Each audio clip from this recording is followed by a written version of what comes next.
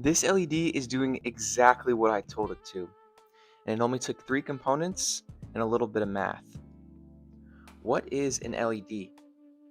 Well, an LED is a light-emitting diode with a positive anode side and a negative cathode side. Think of it like a nightclub bouncer, where the bouncer only lets a threshold above or at a voltage in. This is the forward voltage. So for red, the forward voltage will be about 2 volts. And so once we hit that threshold, the current can flow and the lights come on.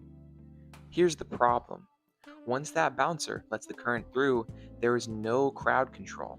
So we need something else to limit the amount of current that comes through so the LED doesn't burn itself out. This is where a resistor comes in handy.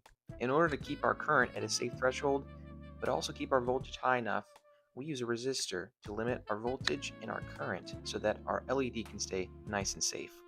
In order to do this, we use a calculation of a rearranged Ohm's law, where we take our resistance and we put it equal to our Vsource and our forward voltage over our desired current.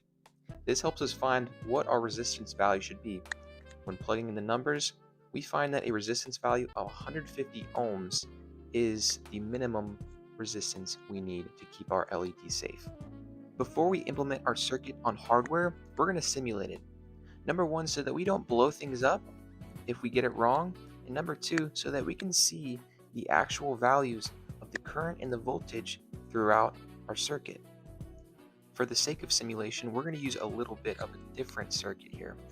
We're going to use a resistor of 220 ohms because it is the closest thing I have to 150, and it will drop the current enough to have a bright LED, but also safe. The LED in our simulation is going to be a little different. It's going to have 0.73 volts as its forward voltage, so not as much voltage needed. We'll get to what our actual LED needs in a second. So when simulating our circuit here, we got some values for our voltage and current throughout the circuit. Starting in our source, we have 5 volts, and then the second voltage value is the drop in voltage going through the resistor. So our voltage drops after the resistor to about 0.72 volts. And then on the other side of this resistor, we find that 19.5 milliamps going to our LED. Here we have our calculations. The first one is our voltage drop. This is how much voltage is being consumed by the resistor. And the forward voltage of the diode is also included. And then our current is calculated here. We're taking our voltage coming in minus the voltage that the diode needs, and we're putting our resistance over it. And this is how we find out how much current is coming into our diode.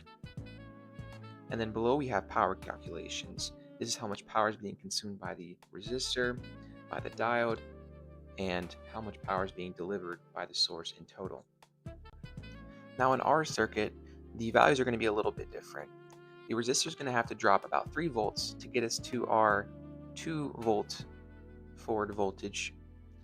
And the current will be calculated by taking this voltage drop in the 220 ohm resistor, getting us about 13.6 milliamps coming through our actual LED.